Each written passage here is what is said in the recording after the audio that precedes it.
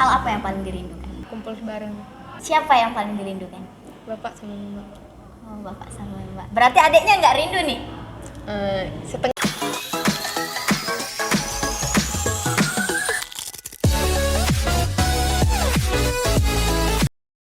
Halo teman-teman Batu Raja Learning Center, kembali lagi di podcast kita bersama saya, Maya Sari Okpa Putri. Episode kali ini spesial banget nih teman-teman, karena kita ngadain podcast di bulan suci Ramadan. Kalau dengar kata Ramadan, apa sih yang terbesit pertama kali di pikiran kalian? Kalau saya pribadi ya, yang terbesit di pikiran saya pertama kali itu tentang keluarga. Baik itu kumpul keluarga, sahur bersama keluarga, buka bersama keluarga, sholat tarawih bareng keluarga, dan melakukan segala kegiatan Ramadan lainnya bersama. Tapi hal ini bakal beda banget kalau menjalani aktivitas Ramadan itu di asrama. Maka dari itu kita hari ini ngangkat tema yang super spesial banget. Judulnya adalah kesan menjadi anak asrama.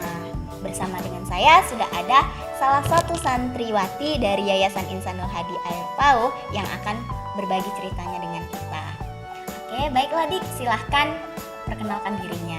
Oke, terima kasih untuk kesempatannya Mbak Maya. Kenalkan, nama saya Rada, umur 16 tahun, asal daerah Ulu Ogan, Muara Sayang. Rada, terima kasih perkenalannya. Kak tanya-tanya nggak apa-apa ya? Ya, Sejak kapan Rada tinggal di Yayasan Insanul Hadi kalau Mbak boleh tahu? sejak tahun 2019.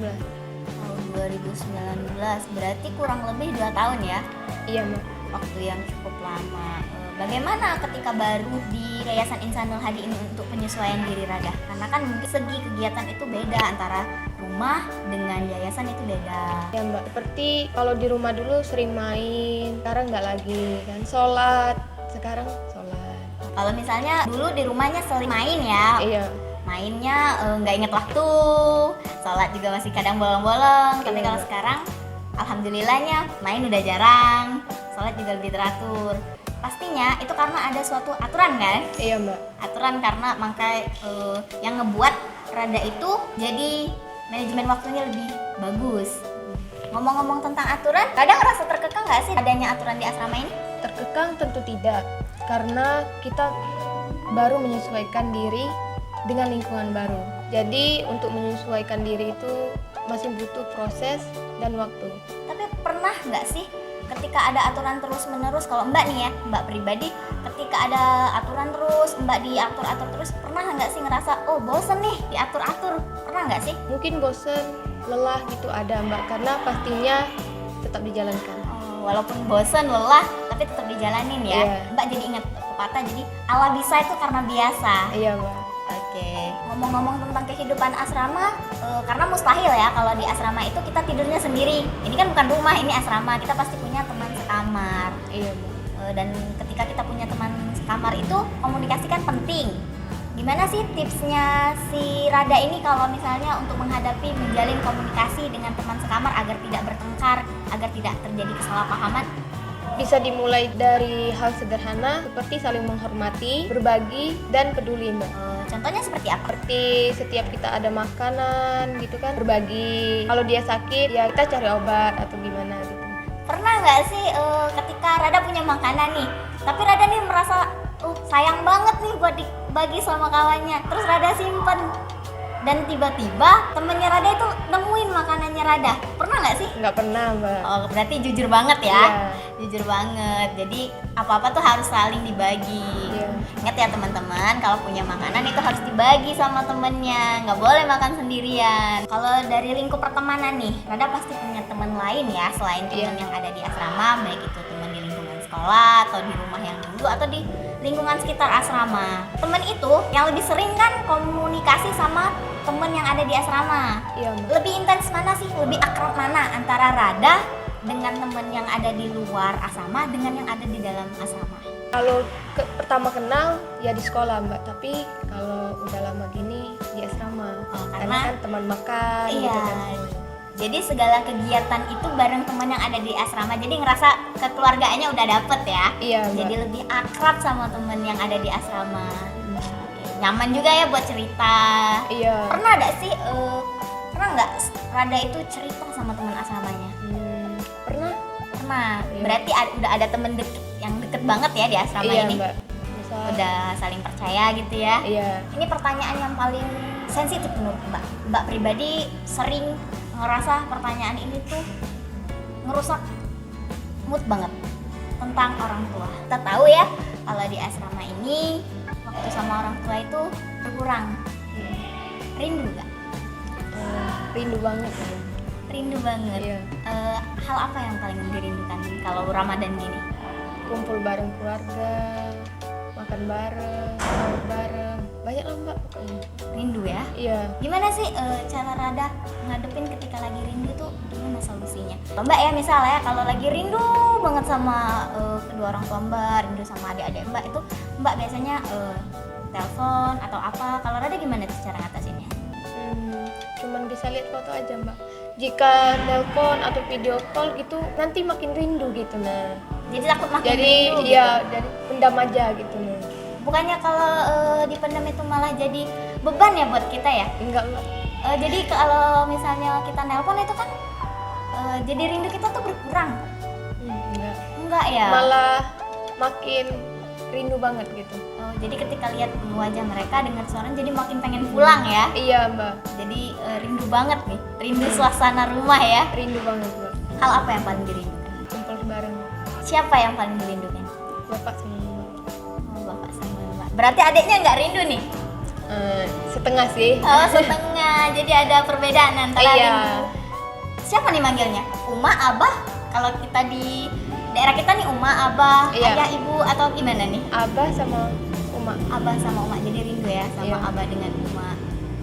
Bisa nih disampaikan, Abah, Uma, aku masuk nih, masuk YouTube.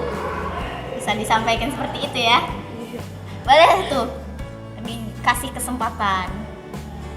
Nggak mau nyampein, malu ya. Kayak tadi ketika malah mendengar suara mereka, lihat wajah mereka malah makin rindu. Dari segi pertemanan tadi udah dibahas, peraturan udah dibahas, lingkungan yayasan udah dibahas, sampai yang terakhir tadi orang tua sudah dibahas. Pertanyaan terakhir nih, perubahan apa sih terjadi pada diri Rada selama tinggal di yayasan ini, baik itu secara sikap Rada, mungkin dari kereligian Rada, mungkin dari cara Rada memanfaatkan waktu, apa nih yang berasa banget buat Rada? Singkatnya mbak ya, bisa membagi waktu, mempunyai pengalaman yang luas, tidak main keluar lagi untuk hal yang tidak penting, dimulai sholat wajib itu lebih full gitu, nggak ada lagi bolong-bolong gitu, dan sering melaksanakan sholat sunnah juga, sering tadarus Quran, dari dulunya nggak bisa sekarang bisa gitu. Oh berarti banyak sekali kemajuannya ya. Iya, dari Mbak, yang alhamdulillah. dulunya sering main, yang mainnya nggak tahu waktu, sekarang udah banyak di rumah atau di yayasan aja ngisi waktunya dengan kegiatan yang bermanfaat ya. Iya mbak. Sholatnya juga udah sekarang wajibnya udah nggak ketinggalan, sunnahnya udah mulai dijalankan. Iya mbak. Tadarusnya mungkin dari dulu yang cuman taunya hijaiyah Iya. aja, Iya. kalau sekarang udah tahu yang namanya baca Al-Quran. Menarik sekali ya teman-teman ya, banyak sekali pengalaman, cerita dari Rada ini yang bisa kita ambil.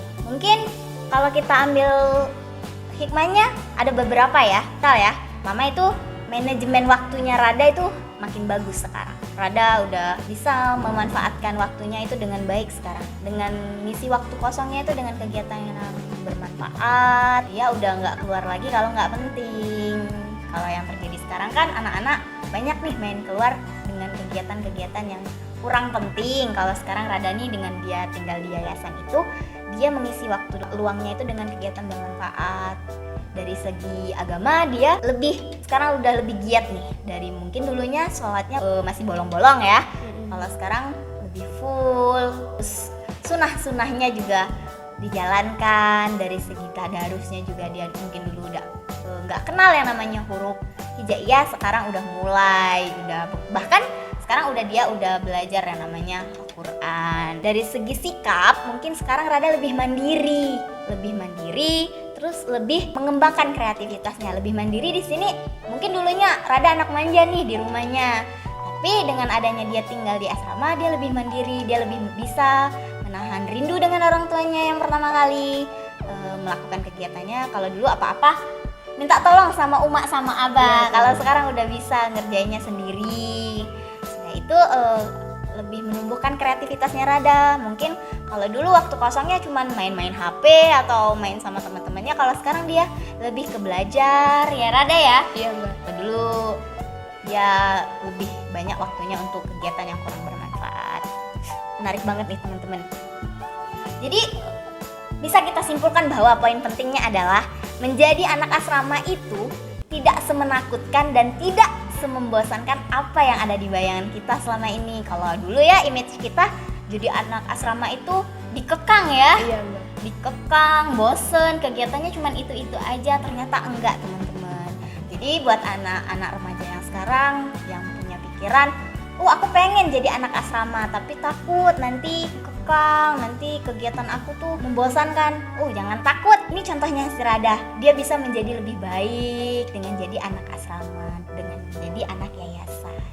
Rada ini salah satu dari santriwati di Yayasan Insanul Hadi Batu Raja. Oke Rada, mungkin bisa disampaikan nih buat teman-teman yang mau jadi anak asrama atau misalnya dia mau masuk pesantren tapi sekarang masih punya rasa ragu-ragu nih karena takut dengan peraturan yang ada di asrama.